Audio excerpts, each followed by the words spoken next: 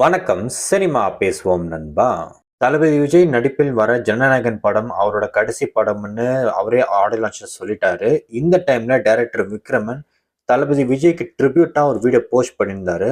அது என்னன்னு பாத்தீங்கன்னாக்கா, மழை என்பதா இல்லை நீ என்பதா, அந்த ஆகாயம் நிலம் காற்று நீ என்பதா, உன்னை நான் என்பதா, என்னை தாளாட்டும் சங்கீதம் நீ அல்லவா. இந்த படத்துக்கு ஆல்ரெடி விஜய் வந்துட்டு 2 பார்ட்ல நடிச்சு கொடுத்திருந்தாரு. ஆனா ஒரு சில கமிட்மெண்ட்னால அண்ட் ஒரு சில காரணத்தினால அந்த படத்துல இருந்து அவர் கண்டினியூ பண்ண முடியல. அதுக்கப்புறம் அந்த படத்துல சூர்யா ஆக்ட் பண்ணி அந்த படம் சூர்யாவோட கெரியர்ல ரொம்ப இம்பார்ட்டன்ட் படமா மாறுச்சு. இந்த மாதிரி விஜய் கெரியர்ல ஒரு சில படங்கள் மிஸ் பண்ணிருக்கிறாரு. அது எல்லாமே எந்தெந்த படங்கள் தான் இந்த வீடியோல நாங்க பார்க்க போறோம். வாங்க. அதுல 1996ல வந்த உள்ளத்தை அளித்தால் இந்த படத்துல director Sundar C, actor Karthi and கவுண்டமணியை நடிக்க வச்சிருப்பாரு. இந்த படத்துல கதையை ஃபர்ஸ்ட் விஜய் கிட்ட தான் அப்ரோச் பண்ணியிருப்பாங்க. அதுக்கப்புறம் பார்த்தீங்கன்னாக்கா ஆக்டர் கார்த்தி இந்த படத்துல கமிட் ஆயிருப்பாரு. 2001ல ரிலீஸ் ஆன தீனா படத்தோட கதையும் ஃபர்ஸ்ட் ஏஆர் முருகதாஸ் விஜய் கிட்ட தான் கதையை சொல்லியிருப்பாரு. அதுக்கப்புறம் தான் அஜித் கிட்ட கதையை சொல்லி அவர் ஓகேன்னு சொன்னதுனால தான் அஜித் இந்த படத்தை நடிக்க வேண்டியதா போச்சு. டைரக்டர் சங்கர் முதல்வன் கதையை முதல்ல சூப்பர் ஸ்டார் ரஜினிகாந்த் கிட்ட தான் சொல்லியிருக்காரு. பட் அவரு இந்த படம் ஒரு பொலிட்டிக்கல் படம்ங்கிறதுனால அவர் இந்த படத்துல நடிக்க மாட்டேன்னு சொல்லிட்டாரு. நெக்ஸ்ட் சாய்ஸா தளபதி விஜய் சொல்லியிருக்காரு. பட் அவரும் ஒரு சில காரணங்களால இந்த படத்துல நடிக்க முடியாம போச்சு.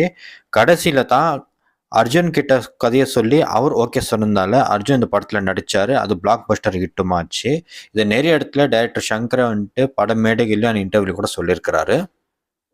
டைரக்டர் சேரனோட ஆட்டோகிராஃப் படத்தோட கதையும் முதல்ல தளபதி விஜய் கிட்ட தான் சொல்லியிருப்பாரு. தளபதி விஜய் கிட்ட மட்டும் இல்லாமல் நிறைய ஹீரோ கிட்ட அந்த கதை போச்சு.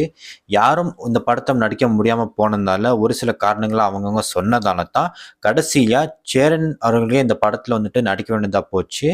அண்ட் இந்த படத்தை வந்துட்டு நிறைய டைரக்டர் லிங்குசாமியோட ரன் அண்ட் சண்டைக்கோடி படங்கள்ல தளபதி விஜய் தான் ஃபர்ஸ்ட் சாய்ஸா இருந்திருக்கிறாரு. சில காரணங்களால இந்த படத்துல நடிக்க முடியாம போனதால தான் ரன் படத்துல மாதவனும் சண்டைக்கோடி படத்துல விஷாலையும் நடிக்க வேண்டியதா போச்சு. சூர்யாவோட 25th ஃபிலிம் சிங்கம் படத்துல கூட பார்த்தீங்கன்னாக்கா முதல்ல டைரக்டர் ஹரி வந்து பார்த்தீங்கன்னாக்கா விஜய் கிட்ட தான் கதையை சொல்லியிருக்காரு. பட் ஒரு சில காரணங்களால விஜய் நடிக்க முடியாம போனதால தான் சூர்யா வந்துட்டு இந்த படத்தை நடிக்க வேண்டியதா போச்சு. அநேகன் படத்தோட கதையை கூட முதல்ல கேவி ஆனந்தன் பார்த்தீங்கன்னாக்கா தளபதி விஜய் கிட்ட தான் சொல்லியிருக்காரு. பட் அவருக்கும் கதை பிடிச்சி போய் அவரும் நடிக்கிறேன்னு சொல்லியிருக்காரு. பட் இதில் நிறைய நாள் கால் ஷீட் இருந்ததால் இந்த படத்தில் வந்துட்டு தளபதி விஜய் நடிக்க முடியாமல் போச்சு. ஸோ அதுக்கப்புறம் தான் இந்த கதையை வந்துட்டு தனுஷ் அவர்கிட்ட சொல்லி தனுஷ் அவர்கள் இந்த படத்தில் நடிச்சாரு. ஸோ இந்த படத்தை பார்த்தீங்கன்னாக்கா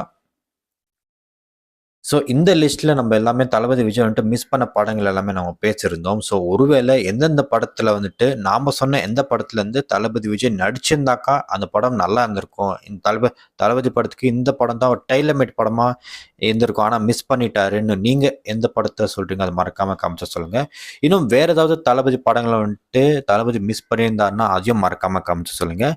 என்ன கேட்டிங்கனாக்கா தளபதி விஜய் அவருக்குன்னு டைலர் மேடாக வந்த ஒரு படம் தான் சண்டைக்கோழி. ஸோ அந்த படத்தில் வந்துட்டு தளபதி நடிச்சிருந்தாருன்னா அது ரொம்பவே ஆப்டாக இருந்திருக்கும். ஸோ அதனால தான் தளபதி விஷால் வந்துட்டு நடிக்க வேண்டியதாக போச்சு. அண்ட் அந்த படமும் சூப்பர் டூப்பர் ஹிட் ஆச்சு. ஸோ ஒருவேளை இந்த கண்டென்ட் உங்களுக்கு பிடிச்சிருந்துச்சுனாக்கா லைக் பண்ணுங்கள், ஷேர் பண்ணுங்கள்.